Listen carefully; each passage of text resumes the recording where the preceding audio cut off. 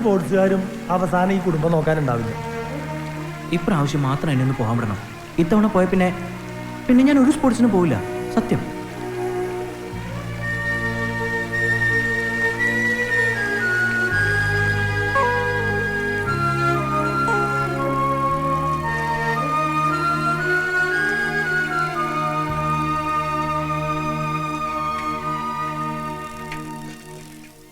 മൊലാളി അപ്പോ അതങ്ങ് കൊടുത്തേക്ക്. അത് നഷ്ടമാ മുതലാളി. അല്ലേ തന്നെ എനിക്ക് കഷ്ടാലവാ.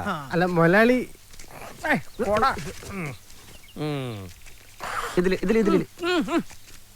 എന്നാടാ വണ്ടായി കാണിക്കുന്നത്? ഈ കണ്ട പറമ്പ് മുഴുവൻ കിടക്കുമ്പോ ആരെയും തുപ്പി ആ തുപ്പല് കോളാമ്പി സൂക്ഷിക്കുവോ? അതിപ്പോ മുതലാളിയുടെ ഐഡിയ എന്താണെന്ന് എനിക്ക് അറിയില്ലല്ലോ. 10-12 വർഷം കൊടയും പിടിച്ച് കോളാമ്പിയും തൂക്കി എന്റെ പുറകെ തൂങ്ങിയിട്ടും എന്റെ ഐഡിയ നിനക്ക് ഇതുവരെ മനസ്സിലായില്ലല്ലോ. ഒന്ന് പറഞ്ഞു കൊടുക്കും മാത്തച്ചാ, ശരിയല്ലേടോ? പിന്നല്ലാതെ എന്റെ മൊലാളി ഇതുപോലൊരു ശരി ഞാൻ എന്റെ ജീവിതത്തിൽ കേട്ടിട്ടില്ല. അവനെ പിരിച്ചു വിടല്ലേ മൊലാളി, അവനൊരു കുഞ്ഞുകുട്ടി പരാധീനക്കാരൻ. ഓ അത് ശരി. അപ്പൊ താനും അവന്റെ ഭാഗത്തല്ലയോ? എന്റെ കണ്ണം നടയണം. പിന്നെ ഈ തോട്ടം നിങ്ങൾ തൊഴിലാളികൾക്ക് എടുത്ത് അങ്ങനെ പെരുമാറാമല്ലോ. അല്ലെങ്കിൽ തന്നെ ഇപ്പൊ അങ്ങനെ തന്നെ ആണല്ലോ. പേരിന് ഞാൻ ഒരു മുതലാളി, കാശ് മുഴുവൻ നിങ്ങൾക്കും. അല്ല ജോ എപ്പോ വന്നു? എന്താ കാലത്തെ? അത് മുതലാളി എന്നെ ഒന്ന് സഹായിക്കണം. എന്ത് സഹായം? എനിക്കിനി പഠിക്കണമെങ്കിൽ അഡ്മിഷനും ഫീസിനും ഒക്കെ ആയി കുറെ രൂപ വേണം. ഇപ്പൊ വിദ്യാഭ്യാസം കച്ചവടമല്ലയോ വേണ്ടി വരും. അതുകൊണ്ട് മുതലാളി ഒന്ന് സഹായിക്കണം. വെറുതെ വേണ്ട, കടമായിട്ട് മതി. ഓ അക്കാര്യം മാത്രം ഇവിടെ പറയണ്ട. നീ താമസിക്കുന്ന വീട് സ്ഥലവും ആരുടേതാന്നാ വിചാരം? മുതലാളിയുടെ. അപ്പൊ അറിയാം. നിന്റെ അപ്പച്ചൻ നിന്റെ അമ്മച്ചിയെ കല്യാണം കഴിച്ച് വന്ന് കയറിയപ്പോ താമസിക്കാൻ കൊടുത്തതാ വീട്. ചെറിയ വാടകയിൽ താമസം തുടങ്ങിയിട്ട് വർഷങ്ങളായി. ആദ്യമൊക്കെ കൃത്യമായിട്ട് വാടക തന്നു. പിന്നെ വാടകയുമില്ല, രസീതുമില്ല. മാത്രമല്ല നിന്റെ അപ്പച്ചൻ പണി ചെയ്ത് തീർത്തോളാന്നും പറഞ്ഞ് കുറച്ച് കാശ് എൻ്റെ നിന്ന് വാങ്ങി. അത് ഇതുവരെ തിരിച്ചു തന്നിട്ടില്ല. അതുകൊണ്ട് എൻ്റെ മോനൊരു കാര്യം ചെയ്യും. എൻ്റെ മോന് ഇനി കോളേജിലൊന്നും പോണ്ട. ഇവിടെ എൻ്റെ ഈ തോട്ടത്തിൽ ഇങ്ങനെ നിന്റെ അപ്പച്ചനെ പോലെ പണിയെടുത്ത് വലിയ റബ്ബർ വെട്ടുകാരനായി പേരെടുക്കാൻ നോക്കണം. അങ്ങനെ വരുമ്പോ നിന്റെ അപ്പച്ചന്റെ കടവും തീരും, ഇവിടുത്തെ കാര്യവും നടക്കും. ഒന്ന് പറഞ്ഞ് മനസ്സിലാക്കി കൊടുക്കണോ മാത്തച്ച? വാടോ, പഠിക്കാൻ നടക്കുക. ആ പൂതി അങ്ങ് മനസ്സിൽ വെച്ചാ മതി. അങ്ങേര് പറഞ്ഞോർത്ത് മോൻ വിഷമിക്കണ്ട. നിന്റെ അപ്പച്ചൻ ജീവിച്ചിരിപ്പുണ്ടായിരുന്നെങ്കിലേ മുമ്പേ ഈ പറഞ്ഞു പോയ വർത്താനം ഉണ്ടല്ലോ, അത് അദ്ദേഹം പറയില്ലായിരുന്നു. നിന്റെ അപ്പന്റെയും കൂടെ അധ്വാനമാ ഈ കാണുന്ന തോട്ടമല്ല. കണക്ക് പറഞ്ഞാലേ അങ്ങേരി തോട്ടം നിന്റെ പേരിൽ എഴുതി തരേണ്ടി വരും. അതെനിക്കറിയാം മാത്തച്ചായ, തിരിച്ചു പറയാൻ അറിയാഞ്ഞിട്ടല്ല. ഞാൻ എന്തെങ്കിലും പറഞ്ഞ ചിലപ്പോ എന്റെ അപ്പച്ചന്റെ ആത്മാവ് അത് പൊറുക്കില്ല. അതുകൊണ്ടാ.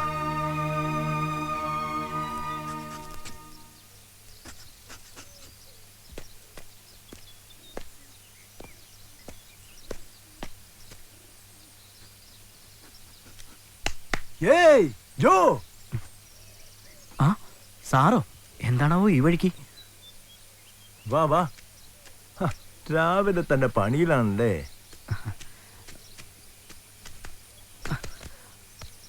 നീ ഇപ്പൊ എന്താ കോളേജിലൊന്നും പോകുന്നില്ലേ? പോണെന്നുണ്ട്, പക്ഷെ അതിന് കോളേജിലൊക്കെ അഡ്മിഷൻ കിട്ടിയിട്ട് ആരെങ്കിലും പോവാതിരിക്കടോ?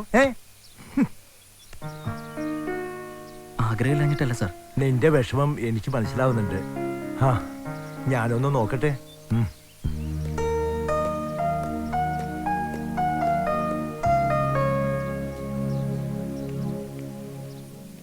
അല്ല ഗീവർഗീസേ, ജോയ്ക്കു വേണ്ടി നമുക്ക് എന്ത് ചെയ്യാനാകും? അത് തന്നെയാണ് അച്ചോ എന്റെ ചോദ്യം.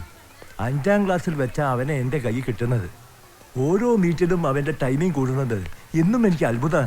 പാട്യാലയിൽ വെച്ച് നടന്ന നാഷണൽ സ്കൂൾ മീറ്റിൽ ശിവറാം സിംഗ് 15 വർഷം മുമ്പിട്ട് മീറ്റർ കാർഡല്ലേ അവനിപ്പോ തകർത്തത്. അതും ഈ സ്റ്റേറ്റ് മീറ്റിൽ. ഒരു പക്ഷേ ഒളിമ്പ്യൻ സുരേഷ് ബാബുവിനെ പോലെയോ PT ഉഷയെ പോലെയോ ഇന്ത്യയുടെ അഭിമാനമായി നമ്മുടെ ജോ മാറും. എന്തായാലും അവനെ നമുക്ക് പഠിപ്പിക്കണം, കോളേജിലേക്കണം. പറയാനെടുപ്പാ. 1.5 ലക്ഷം രൂപ ഡൊണേഷനും എഴുത്താ പൊങ്ങാത്ത മറ്റു ചെലവുകളും ആരെടുക്കുമെന്ന് അച്ഛൻ പറയുന്നത്? ദൈവം നമ്മളെ അങ്ങനെ കൈവിടുമോ ഗീവർഗീസേ? ഇല്ല. അവനു വേണ്ടി എവിടെയോ ഒരു വാതിൽ തുറന്നു കിടപ്പുണ്ട്.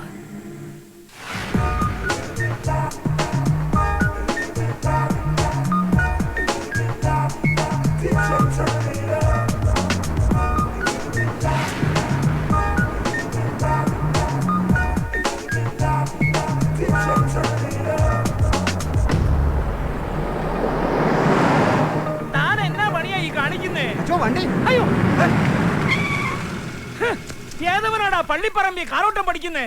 വന്ന് ഒന്നിനും ഒരു വ്യവസ്ഥയില്ലാണ്ടായോ? ഇതങ്ങനെ വിടാൻ പറ്റത്തില്ലല്ലോ. ഇറങ്ങി വാടാ സാത്താനെ. നിന്നെ കൊണ്ടൊരു മാപ്പ് മെഴുതിരി കത്തിച്ചിട്ടേ ഞാൻ വിടത്തുള്ളൂ. ഇവിടെ ഞാൻ കത്തിച്ച മാപ്പ് മെഴുതിരി ഒന്നും പാഴായി പോയിട്ടില്ല അച്ചോ. ഇനി എത്ര വേണേലും കത്തിക്കാൻ എനിക്ക് സന്തോഷമേ ഉള്ളൂ. കർത്താവേ, ഇതെന്നാ അതിശയമാ. നീ എന്നാ വരുന്നതെന്നൊന്ന് ഫോൺ ചെയ്യാൻ മേലായിരുന്നോ? അത് പണ്ട് കുർബാനയ്ക്ക് അൾത്താര ഒരുക്കുമ്പോ അച്ഛന്റെ പിന്നിൽ ചെന്ന് കമ്പിപ്പടക്കം പൊട്ടിച്ച് അച്ഛനെ ഞെട്ടിച്ച ശീലം. ഇവിടുത്തെ ശീലങ്ങളൊന്നും മറക്കാൻ പറ്റത്തില്ല അച്ചോ. ചോട്ടയിലെ ശീലം. പാടാ തെമ്മാടി, എന്നാ കാര്യങ്ങളാ പറയാനുള്ളത്?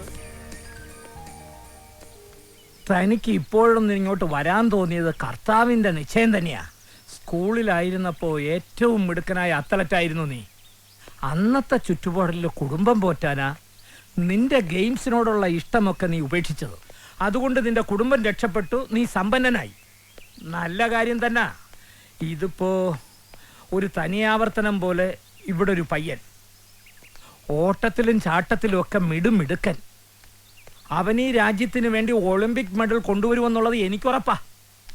പക്ഷേ ചുറ്റുപാടുകൾ സമ്മതിക്കത്തില്ല. ദാരിദ്ര്യമാ. പഴയ നിന്നെയാ ഞാൻ അവനിൽ കണ്ടത്.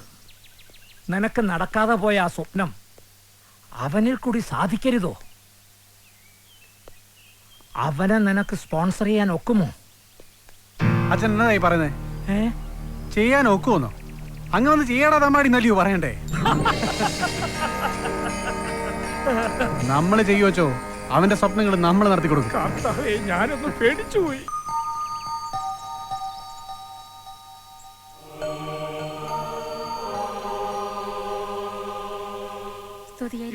എപ്പോഴും സ്തുതിയായിരിക്കട്ടെ.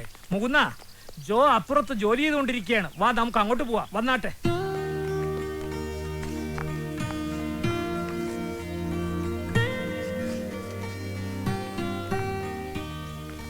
നല്ല അധ്വാനിയാ.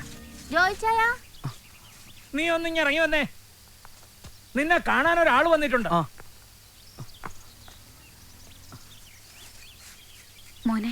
മൂന്ന, ഇവനാണ് ജോ. നമസ്കാരം. ജോ, ഞങ്ങളൊരു പുതിയ കാര്യവുമായിട്ടാണ് വന്നത്. ഞങ്ങൾ നിന്നെ കോളേജിൽ അയച്ച് പഠിപ്പിക്കാൻ തീരുമാനിച്ചു. പണം മുടക്കി തന്നെ. ഞങ്ങളെന്ന് പറഞ്ഞാ ഞാനല്ല, ഇവൻ മുകുന്ദൻ. ഞാനും ഇതുവഴിയേ വന്നവനാണ് ജോ. പണ്ട് സ്കൂളില് ഓട്ടത്തിനും ചാട്ടത്തിനും ഒക്കെ കമ്മം കയറി നടന്ന കാലത്ത് വീട്ടിൽ പട്ടിണിയാവുന്നത് കണ്ട് വയറ്റിപ്പഴപ്പിന് വണ്ടി കയറിയവനാ ഞാൻ. കാശില്ലാത്തതുകൊണ്ട് ദൈവനും ആ വഴി വരണ്ട. എനിക്കാവുന്ന പോലെ നിന്നെ എനിക്ക് സഹായിക്കാൻ പറ്റിയ അത് ഞാൻ എൻ്റെ ഈ ഗോഡ് ഫാദറിന് കൊടുക്കുന്ന ഏറ്റവും വലിയ ദക്ഷിണയാ. എൻ്റെ പുണ്യവാ. നമുക്ക് ചെയ്യാം ജോ.